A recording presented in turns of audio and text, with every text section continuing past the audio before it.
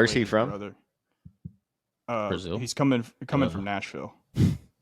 But he's from Brazil, if that's what you're asking. Was he on the roster? Like, did he actually compete last year? Yes. Or was he on the practice squad? No, he was on their roster. He rode several times. I'm terrible at names of people. Terrible. I don't know shit. I don't know shit. I know my team. Either. Especially, I know my team really well. That's it. Yes, exactly. You know your team really well, and that's where I'm at. In that I have a really hard time keeping up with. There's so many new guys, and especially the guys from Mexico and from Brazil.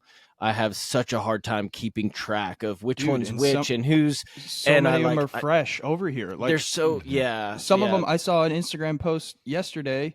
Some guys are flying over for the first time, like yesterday. Like they're so just now getting here. So like, it's great. I love it, but it makes it really hard to see all these new names, and it's like I can't even pronounce your name first of all. Now I have no idea who you are. But I want to learn. We'll figure it out. Portuguese. I think that would be a really I need cool to. Dude, really bad. I've been saying I need to learn Spanish for years. I would love to hear haven't. Logan speak Spanish and Portuguese. I know a little bit. I know enough to teach a bareback riding clinic in Spanish, but I don't know very much. And every year I leave Mexico, and I'm like, Levante is left. Levante, Barbilla is chin. I know enough to teach a bareback riding school, but every year I leave there, I'm like, that's it. I'm coming back next year. I'm gonna be fluent. I'm learning it, and then every year I come home and I don't do it. Just simply don't do it. So then I go back, and they're like, hey. I'm like, nope, sorry. Nope, still speaking English. Sorry, guys. I thought about it a few times, but English I just couldn't get it done. I did. Oh man, yeah.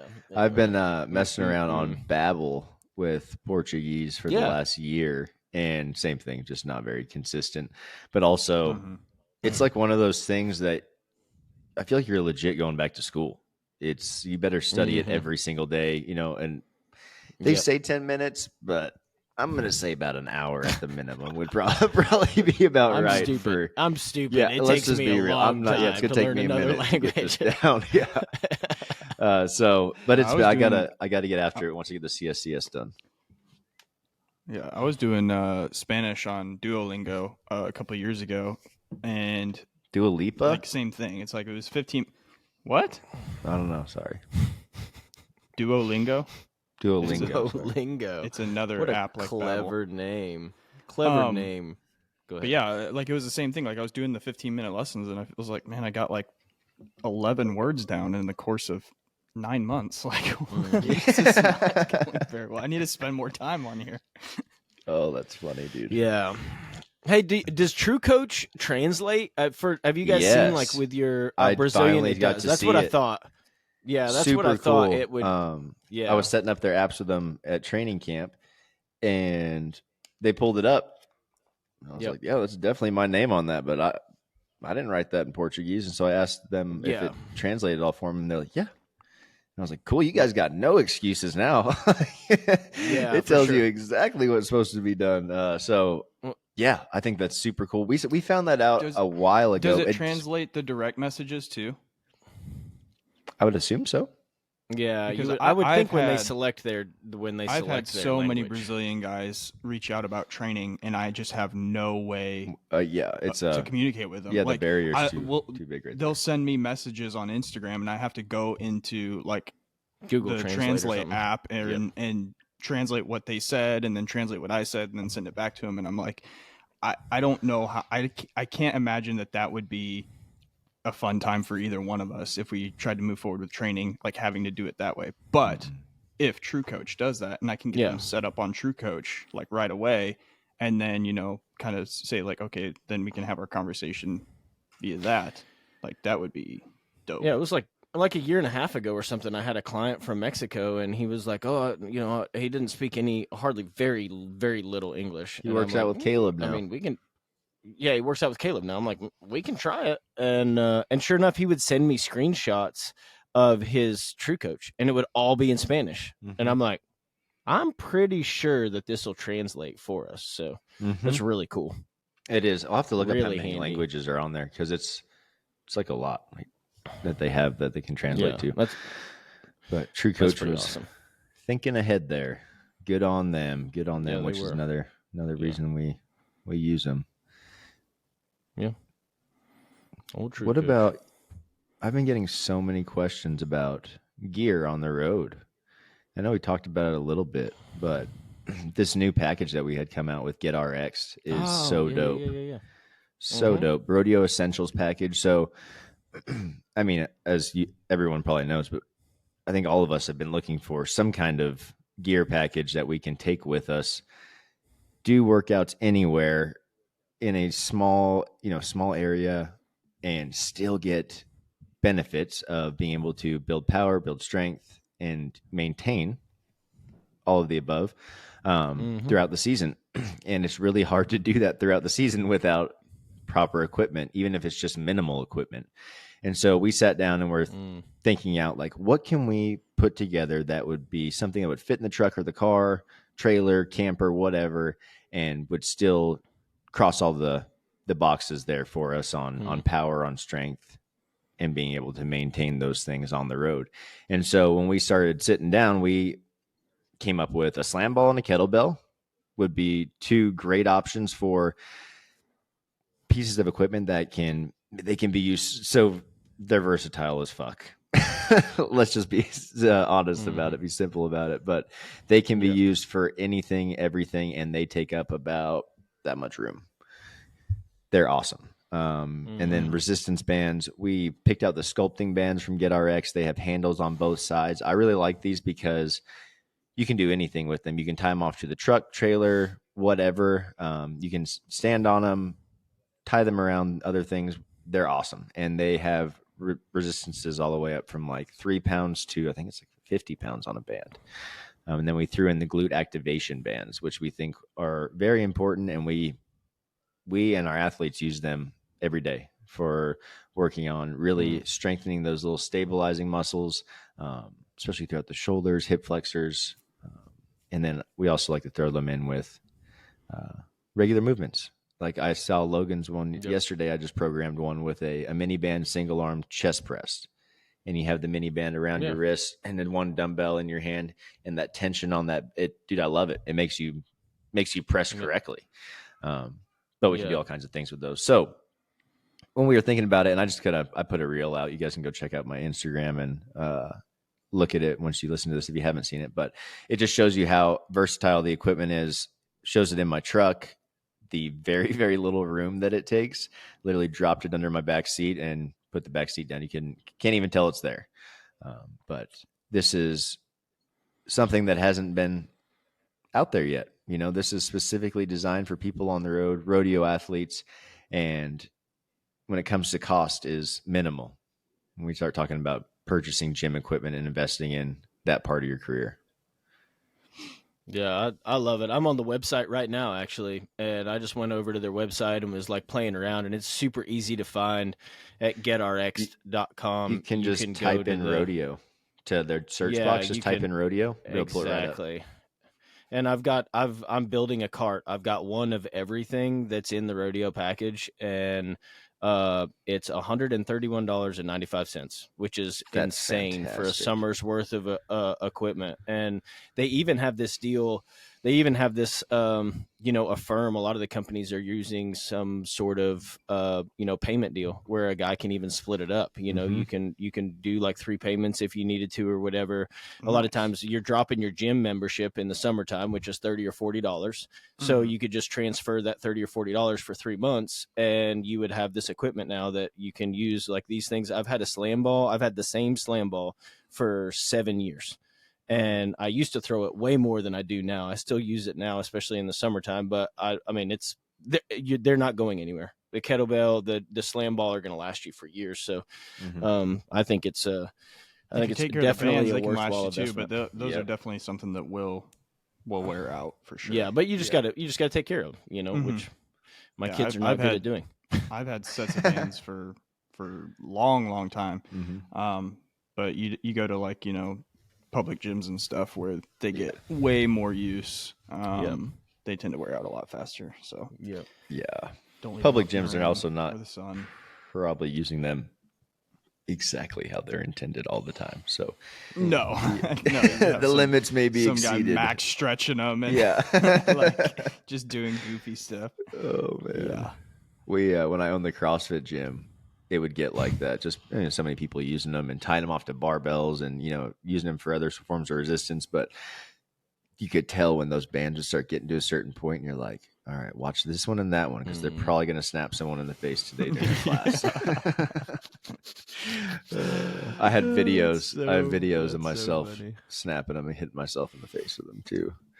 They are vicious little things, but yeah, highly effective. And like Logan just said, what was it, $130, $170 for all of it? Like it's insane. $130, $135. Yeah.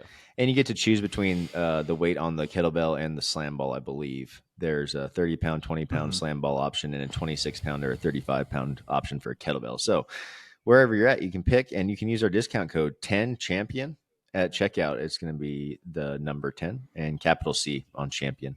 It'll save you 10%. I'll put that in the show notes for you guys. But check them out, GetRx'd.com. That's GetRx'd.com. They're based out of Houston. Been using them forever. They're outstanding, folks. Check them out.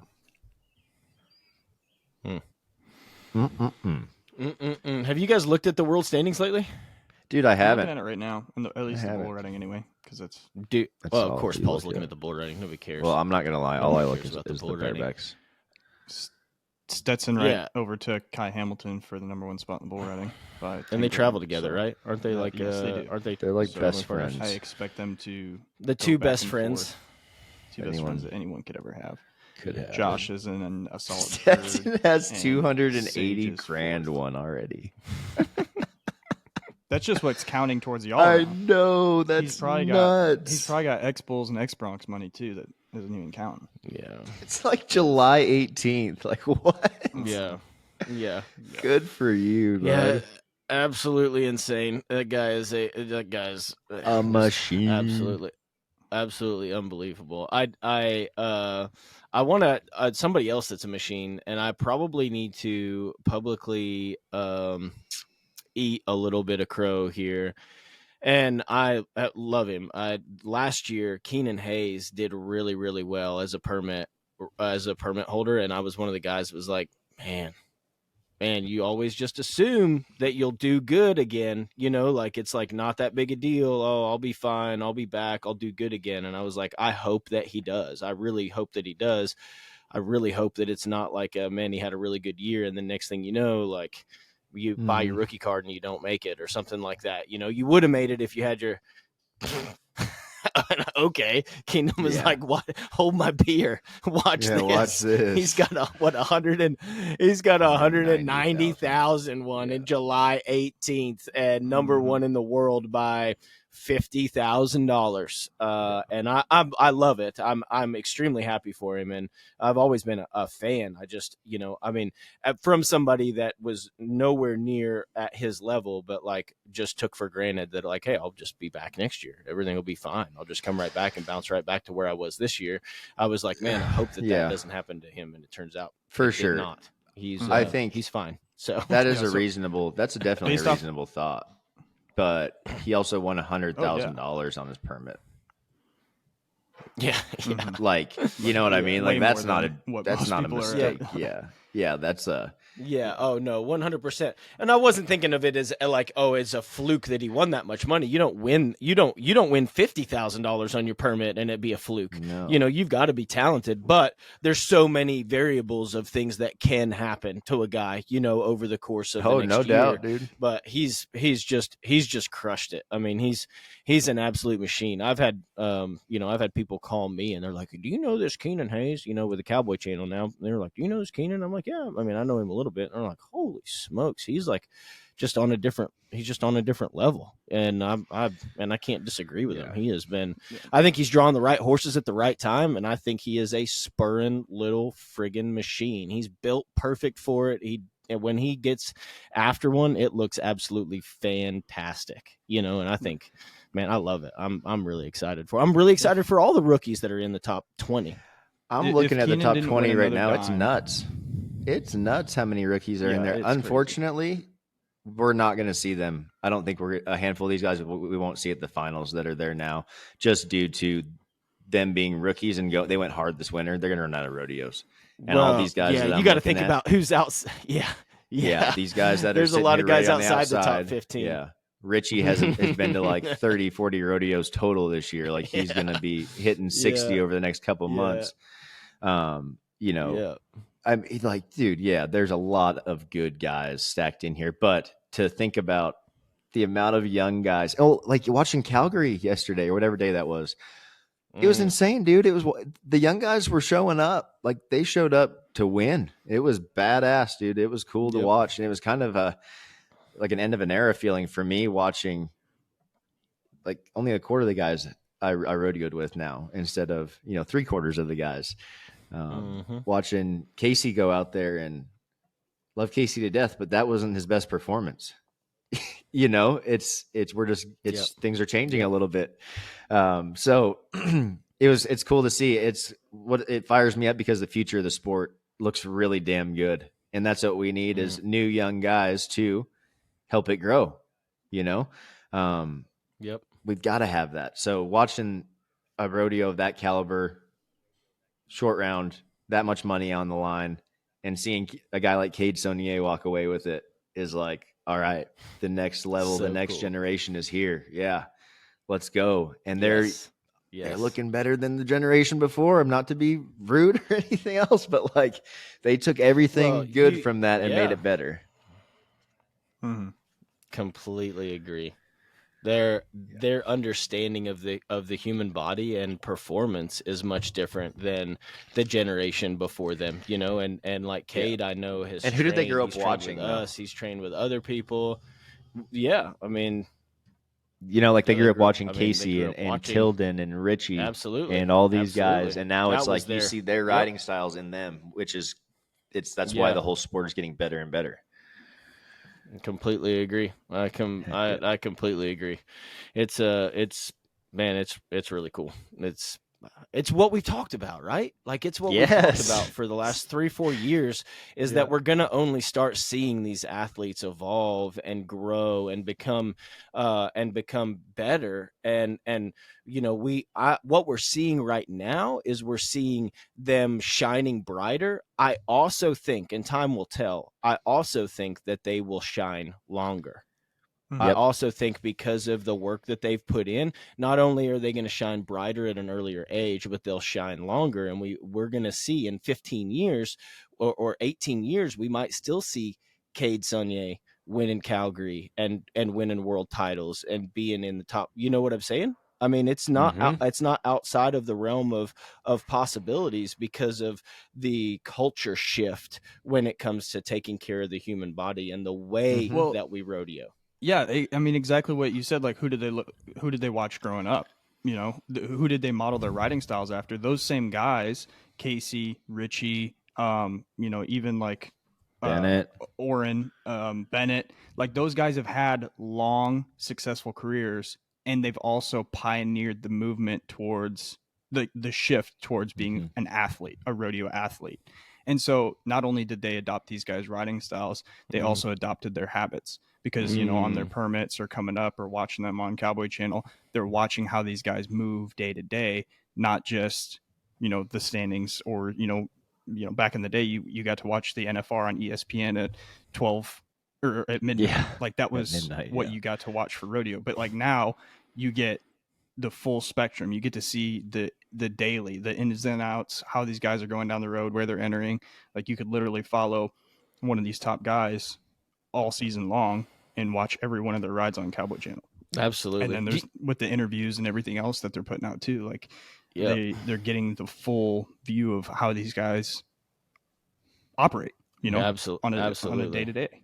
Yeah. Do you guys remember the pride the videos, the Pride Oh, videos. yeah. It was Jason Oh, yeah, Havens, Bobby Bobby Moat, Moat. Jason Havens. That was like the first of Ryan that. Gray. That was before social media was huge, before Cowboy Channel, all that, and that was what I can remember in like high school rodeo. I loved watching that because of that fact.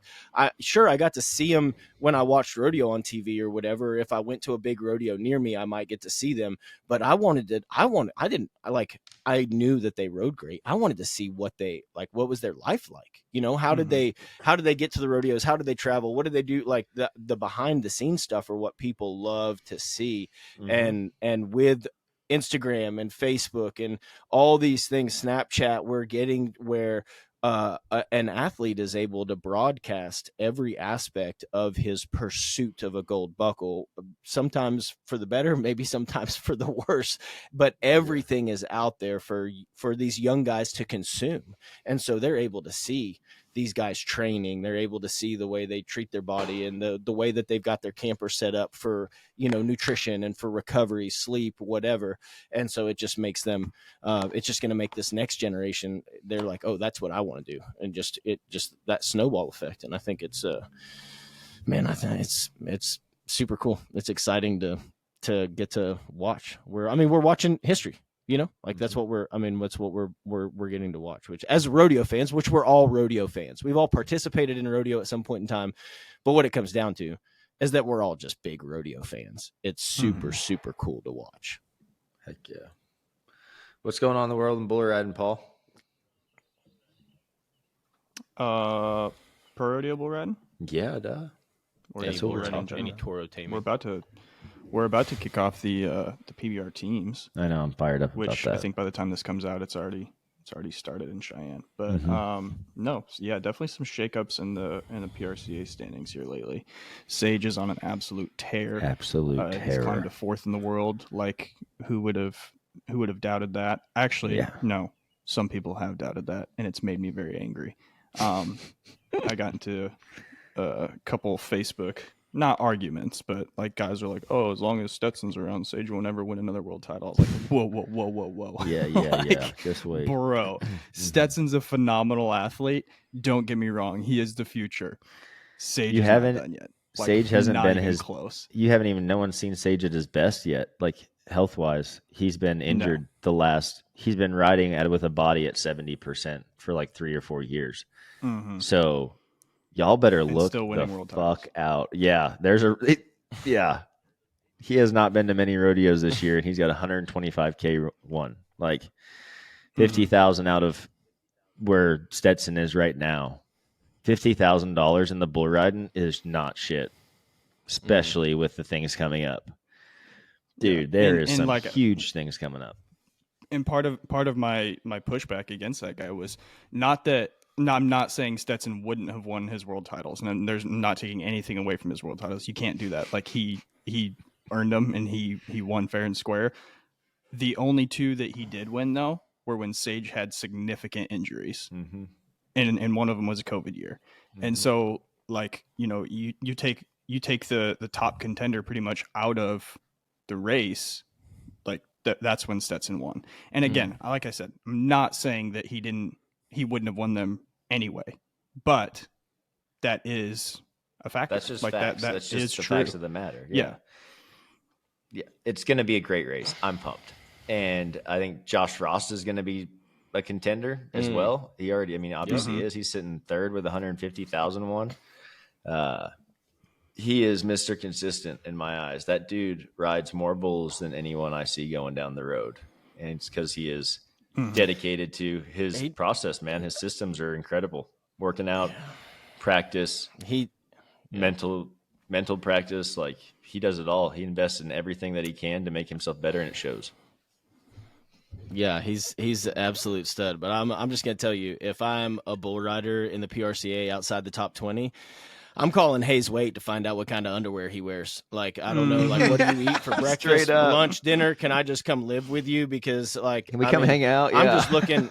I'm just looking at since St. Paul. So, I mean, right around the fourth run, he was 87, 85 and a half, 88 and a half, 83 and a half. There's 1-0. He was 87, then he bucked off twice, and then he was 84, 88 and a half, 172 on 2 in Casper, 83 and a half, 84 and a half, and he bucked off in Elko. So there's 4 buck offs and probably 20 rides right there. So 16 out of 20, you do the math. That dude right there, it's really, really is good. getting them twisted. Yeah, I don't know where.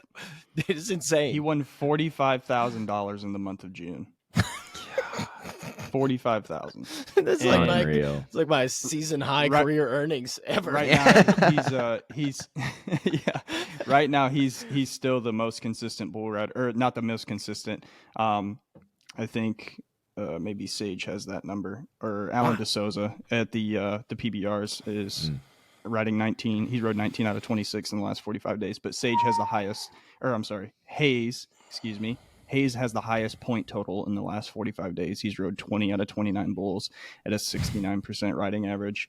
Alan DeSouza's got 73% riding average, and Sage is at 72. So those are your 3 hottest bull riders going down the road in professional bull riding in America right now. Dude, it's crazy. I don't want to oversimplify it, but think about 7 out of 10 bulls. If you stay on 7 out of 10 bulls, you're the winningest bull rider on Pro Bull Stats. 7 out of 10. Like, you know, I see, I don't know. I'm not a bull rider, so it's, you know, I guess it's apples to oranges, but I'm like, man, 7 out of 70%, that's an exceptional riding percentage. But most people get to 50% and they're doing it at 50%. If we can be somewhere around about 50%. And it's like, man, I feel like that's an attainable number for a guy to shoot for. I see some of these guys at a professional level, and then especially at, you know, amateur levels that, I mean, they might be riding 6%. And they do it for years. And it's like, man, how are you not getting better? How are you not calling guys, finding out, well, how can I get better? How can I grow? How can I do more? But sometimes they just seem complacent. And these guys, these top 20 in the world are anything but complacent. They're like you said with Josh, they're figuring out ways to continually grow and be better, and making sure their equipment's top notch, and they're, you know, going through the mental game. They're just doing the things to be athletes that elite athletes have to do. I didn't mean to cut you off. I just ventured off into the breakaway roping standings. The number one girl in the world has over $100,000 won this year already. That is so badass. That has happened in what, 4 years? There's been, since breakaway's been around since COVID, 3 years. Yep. And we're already at a place where the number one girl coming out of July is $100,000 in, and just whooping that ass. That's She's at 20,000 ahead of number 2, and it jumps. And I mean, that's going to happen, right, in the sport a bit, because of the opportunities are not as frequent as other events right now, but. Still, and I've got 2 girls that I work with that are sitting in 19 and 21, knocking on the door, trying to get in, which I think they both, they're both about only 5,000 out of top 15. It gets really tight there, dude, from from 8th place to, yes, it does. Yeah, I mean, even from 5th place down, there's only 15,000 separating that, all those places. And then when you get down to like 9 to 19, we're talking about $8,000 in between all that. So it's going to get tight for the girls. I'm excited. I'm really pumped to see them. They're just starting Cheyenne, I know now, and they've got some bigger events coming up. So we talk about this part of the season all the time. Cheyenne is like that hard line in the sand where guys and girls are going to keep going and go harder, or they're realizing that they're probably not going to make it to their goal this year, and they go home. So the competition doesn't weaken it. The volume of it lessens a little bit when it comes to other competitors heading from here on out, but the competition levels will be higher because you are going to be competing against the elite of the elite now. You know, these are the people, the athletes out there that have made it to here, like you. So it's going to get good, and I'm really excited to see where everything ends up here in the next it's happened so fast. I feel like we just started. I feel like we were just starting the season. Like we're talking about the California run, and all of a sudden we're sitting here talking about Cheyenne, and this shit's going to be over next time we're talking about it. So there's a lot of stuff to happen coming Absolutely. up. I'm pumped.